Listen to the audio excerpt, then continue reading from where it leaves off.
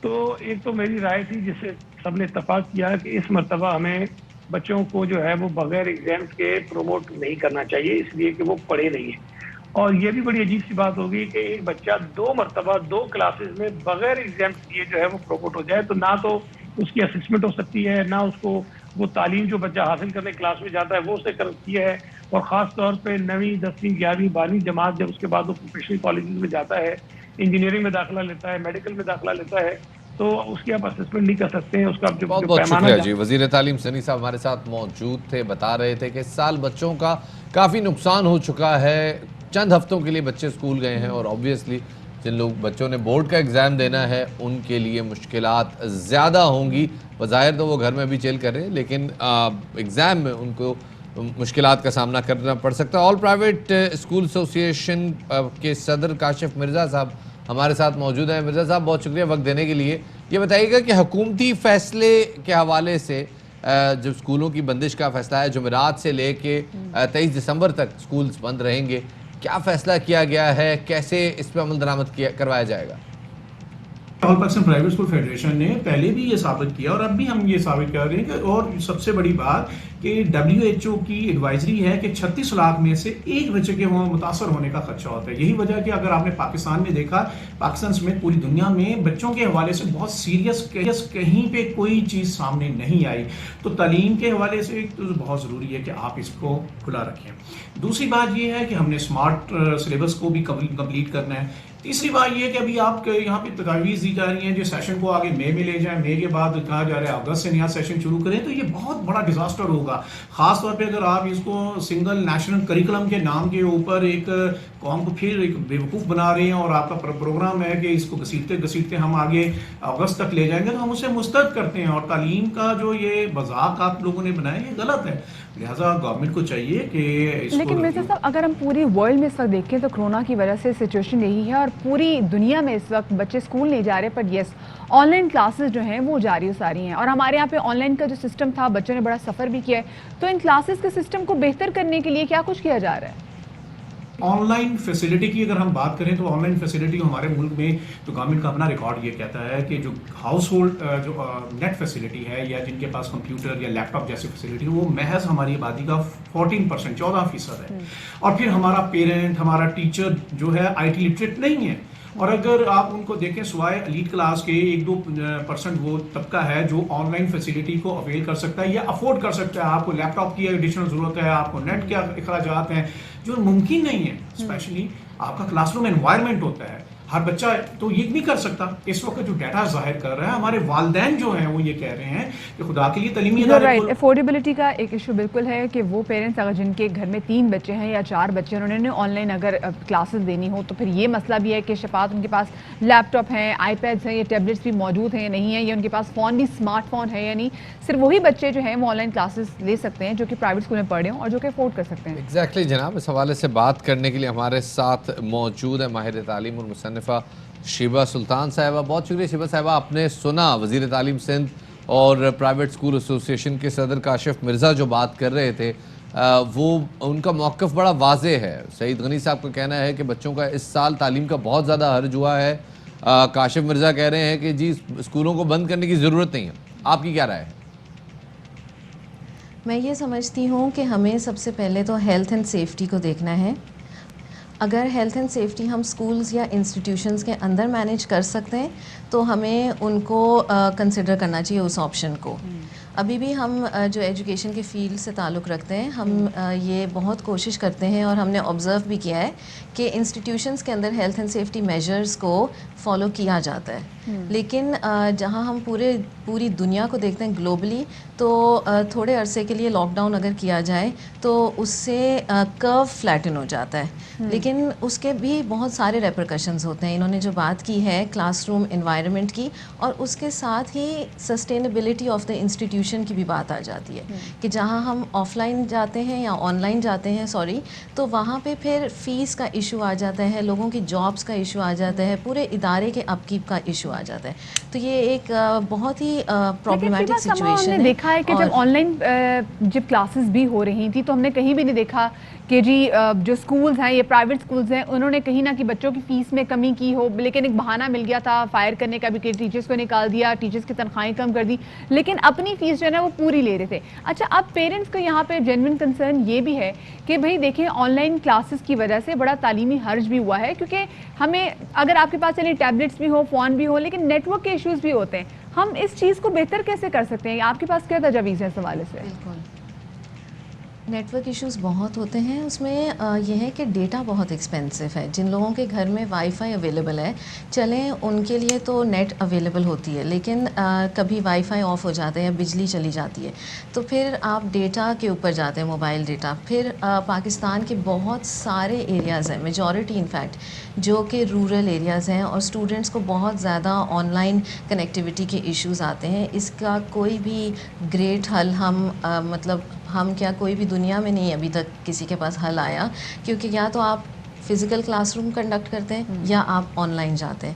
On line کے لیے net work ہونا اسینشیل ہے, اور اسپیسیفک انڈیویجول ڈیوائس ہونا اسینشیل ہے. جس بچے کے پاس ڈیوائس نہیں ہے وہ کس طرح آن لائن جائے, اور ذرا سا بھی گلچ آ جاتا ہے کسی بھی چیز میں, ٹیچر کے اینڈ سے, اسکول کے اینڈ سے یا اسٹوڈنٹس کے اینڈ سے, تو وہ ایک دم سے دیکھیے تعلیم کا نقصان اپنی جگہ, تعلیم کا جو لاس ہے اور تعلیم کے لیے جو ہرڈل ہے وہ اپنی جگہ, لیکن دو بڑے مسئلے ہیں. ایک تو بچوں نے بورڈ کے ایگزامز دینے ہیں, دوسرا پرائیویٹ سکولز میں بہت بڑی تعداد میں اساتذہ ہیں جو کہ ڈیپینڈنٹ ہیں ان فی پہ جو کہ بچے وہاں پہ جمع کراتے ہیں.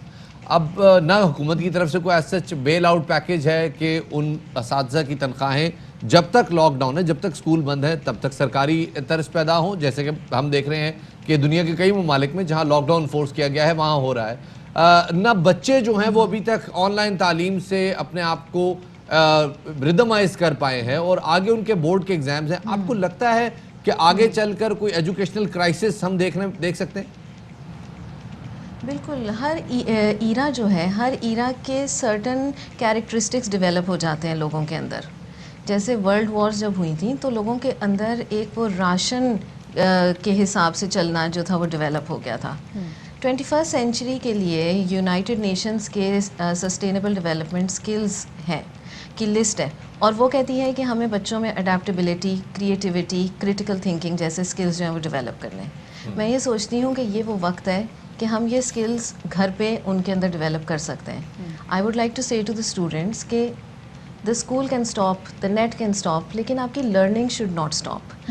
آپ پڑھتے رہیں, آپ اپنے آپ کو ڈیولپ کرتے رہیں. کتابیں ہیں, نیٹ چل ہی جاتی ہے جن بچوں کے پاس ہوتی ہے. اکثر ہم لوگ فیس بک پہ ہوتے ہیں, ٹک ٹاک پہ ہوتے ہیں, سوشل میڈیا پہ ہوتے ہیں, تو اس کے ساتھ ساتھ ہمیں ویکیپیڈیا یا کوئی اور سورسز کھول کے اپنی لرننگ کو کنٹینیو رکھنا چاہیے, کیونکہ لرننگ کنٹینیو رکھنا چاہیے اور تعلیم کا عمل نہیں رکنا چاہیے. بہت بہت شکریہ جی شیبہ سلطان, ماہر تعلیم اور مصنفہ ہمارے موجود تھیں اور بتا رہی تھیں اس سارے کرائسس کے حوالے سے جو اب ڈیولپ ہو. بڑا اچھا انہوں نے پوائنٹ ریز کرنے کہ جب آپ کا ٹک ٹاک چل رہا ہے, آپ کا باقی تمام تر جو سوشل میڈیا کی جو ایپس ہیں وہ چل رہی ہیں, تو پھر آپ کی پڑھائی کیوں نہیں چل سکتی؟ اینڈ یس, کریٹیکل تھنکنگ کو مطلب بڑھاوا دینے کے لیے ضروری ہے کہ آپ اپنے اون پہ بھی ریسرچ کریں, تو ریسرچ انجنز اور بہت سوٹیاں پڑتی ہیں کریٹیکل تھنکنگ پہ, بہت سوٹیاں پڑتی ہیں اساتذہ سے. خیر آگے بڑھتے ہیں جی. بالکل جی, آگے بڑھتے ہیں, اور آگے ایک چھوٹی سی بریک. سو بریک کے بعد واپس آتے ہمارے ساتھ رہے گا.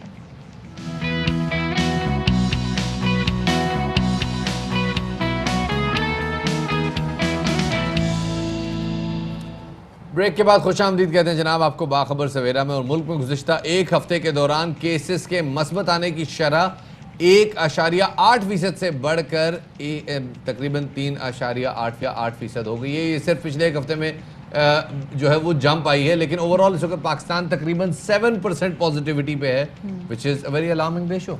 بالکل شفاعت, اور اس وقت جو ہسپتالوں کی صورتحال ہے وہ بھی کافی زیادہ اب ایک طریقے سے خطرناک ہوتی جا رہی ہے, کیونکہ جو کووڈ وارڈ ہے وہ چاہے کراچی کے بڑے ہسپتالوں کا رخ کرنے, چاہے لاہور ہوں, آپ کوئٹہ ہوں, پشاور ہوں, یہ صورتحال تمام تر شہروں میں بالکل ایک جیسی. اور اسی حوالے سے بات کرنے کے لیے ہمارے ساتھ موجود سعید خان, ان سے جانیں گے. السلام علیکم ڈاکٹر صاحب, بہت شکریہ باخبر سویرا کو وقت دینے کے لیے. ڈاکٹر صاحب, ہم دیکھ رہے ہیں کہ آئے دن کورونا کے کیسز میں مسلسل اضافہ ہو رہا ہے. اسپتالوں میں اس وقت کیا سچویشن ہے کورونا کو لے کے؟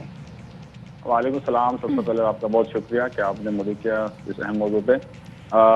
جیسے مسلسل ہم آگاہ کرتے رہے ہیں, اور اس وقت کورونا کی جو پوزیشنز ہے, نمبر برڈن ہے مسلسل بڑھ رہا ہے, اور کرنٹلی اگر آپ دیکھیں تو مریضوں کو بہت مشکل سے جگہ مل پا رہی ہے، اگر اسپیشلی جو آئی سی یو کے کیسز ہیں، اگر ان کو آئی سی یو بیڈ دیں تو نمبرز کافی بڑھ رہے ہیں اور تعداد جو ہے بڑھ رہی ہے، اور خدشہ یہی ہے کہ جو جون جیسے حالات تھے وہ پھر وہ سامنے آنے والے ہیں، تو ہمیں بہت محتاط رہنا چاہیے. جس طرح جون میں ہمیں بہت مشکل پیش آ رہی تھی مریضوں کو اکوموڈیٹ کرنے میں اور ان کو آئی سی یو فیسلٹی پرووائڈ کرنے میں، تو میں تو یہ سمجھ رہا ہوں کہ دسمبر کے مڈ میں اور جنوری ہمارا بہت مشکل ایکسپیکٹڈ ہے، تو ہمیں اس کی تیاری کرنی چاہیے پہلے سے. صحیح. ڈاکٹر صاحب ہسپتالوں کی ویسے اس وقت کیا صورتحال ہے، کیونکہ جون کے مقابلے میں کیپیسٹی تو انکریز ہوئی ہے؟ بالکل کیپیسٹی کافی انکریز ہوئی ہے اور لوگ تیار بھی بہت ہیں، لیکن جس تعداد سے نمبرز بڑھ رہے ہیں تو خدشہ یہی ہے کہ یہ پھر ناکافی ثابت ہوں گے اور ہمیں مزید بیڈس کی ضرورت ہے. لیکن مزید بیڈس اویلیبل کرنا بہت مشکل کام ہے، اس کے لیے ضروری ہے کہ ہم مریضوں کی تعداد نہ بڑھائیں یا اس کو کم رکھیں تاکہ کم سے کم مریض ہوں اور وہ جتنی جگہ اویلیبل ہے وہی کافی ہو. اچھا لیکن اس ڈاکٹر کے لیے صاحب ضروری یہ کہیے گا، جیسے جب کرونا کی فرسٹ ویو آئی تھی اور اس کے بعد بات کی جا رہی تھی کہ آئندہ کچھ مہینوں بعد کرونا کی سیکنڈ ویو بھی آئے گی، پھر جب اس پہ ڈسکشن بھی ہوتی تھی تو کہا جاتا تھا نہیں بھی جو سیکنڈ ویو آئے گی نا وہ اتنی ہٹ جو ہے اتنی برے طریقے سے ہٹ نہیں کرے گی، لیکن اب صورتحال بالکل ڈفرینٹ ہے. تو سر کتنا ہمیں ہوشیار رہنا چاہیے سیکنڈ ویو سے؟ میں اکثر کہتا ہوں کہ وائرس جو ہے وہ اسمارٹ ہے، وہ میوٹیٹ کر گیا یا ایڈجسٹ کر گیا، اپنے آپ کو اڈاپٹ کر لیا. وائرس کی اب آسانی سے منتقلی ہو پا رہی ہے کیونکہ یہ وائرس پہلے جانوروں سے انسانوں میں منتقل ہوا، اب انسانوں سے دوسرے انسانوں میں منتقل ہونے اس کے لیے بہت آسان ہو گیا اور یہ اپنے کمفرٹ دوسرے طریقے سے یہ ٹرانسمٹ ہو رہا ہے.